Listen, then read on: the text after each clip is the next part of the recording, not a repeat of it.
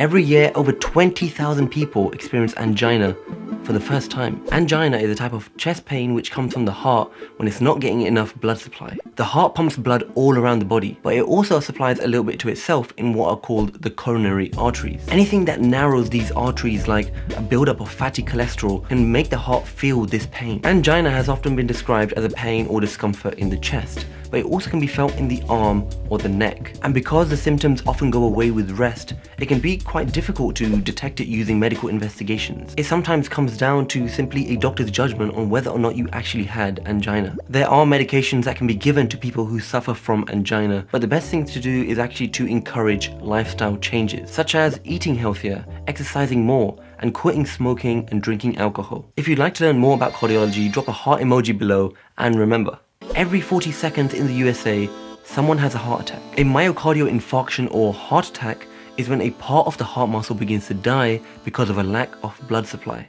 But I'm not a rapper. The heart gets its own blood supply through what are called the coronary arteries. And if they're blocked by fat and blood clots, then the part of the heart muscle after the blockage won't get its supply and it begins to die. This can cause symptoms of chest pain, sweating, dizziness, and nausea. It can often be detected using an electrocardiogram, but also by a rise in certain blood markers, like troponin. Every minute is crucial in treating a heart attack. Treatment can even start in the ambulance, like oxygen, pain relief, and blood thinners. The hospital may even give a medication to break down the clot, or arrange for an emergency procedure to open up the arteries where the blockage is. Drop a heart emoji below if you'd like to learn more, and remember, the next time you see someone faint, just remember that it's probably nothing. Unless it is. Fainting, or syncope, is when you pass out for a short period of time. For most people, it's probably nothing serious, but it doesn't mean that it can't be. There are so many different conditions that can cause someone to faint, like irregular heart rhythms, low blood sugar, low blood pressure, and anemia. But most importantly, you could be a completely healthy individual and still faint. Most people who faint often regain consciousness fairly quickly, so it's often not investigated unless there's a suspicion that something else is going on. However, if somebody faints fairly often, has a seizure, or has hurt themselves pretty badly by falling, then these are a few of the times where they probably need urgent medical attention. If you'd like to learn more about cardiology, drop a heart emoji below, and remember, almost 1 million people in the UK currently suffer from chronic heart failure. Chronic heart failure is when the heart isn't functioning as well as it should be, something that happens over a long period of time. With old age, high blood pressure, and conditions like coronary artery disease, the heart muscle gets weaker and therefore less efficient at pumping blood around the body. This can cause blood to back up,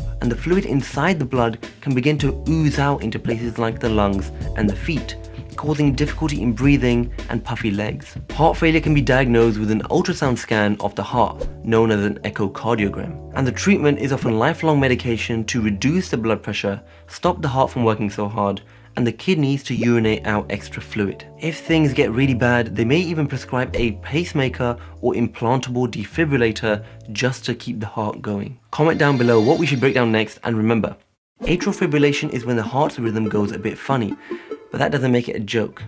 The heart is made up of 4 chambers, with the 2 smaller ones being called the atria. A part of the atria initiates an electrical impulse that spreads throughout the rest of the atria and creates this nice coordinated contraction which pushes the blood into the next chambers. In atrial fibrillation, the atria loses that nice coordinated contraction, causing the muscle to start twitching or fibrillating. And this can have a knock-on effect with the rest of the heart, causing an abnormal rate or rhythm. With AF, you might feel dizziness, shortness of breath, or even be more aware of your heartbeat. It can be detected using a very simple test called an electrocardiogram, and the treatment often includes treating the cause, normalizing the heart rate, bringing the heart back to its normal rhythm, and giving blood thinners to reduce the chances of clots which can go on to cause strokes. Comment down below what we should break down next, and remember, over 2 million people in the UK suffer with arrhythmias of the heart. An arrhythmia is when your heart doesn't beat at the same rate or rhythm as it's supposed to. This is because there's a problem somewhere with the electrical conducting system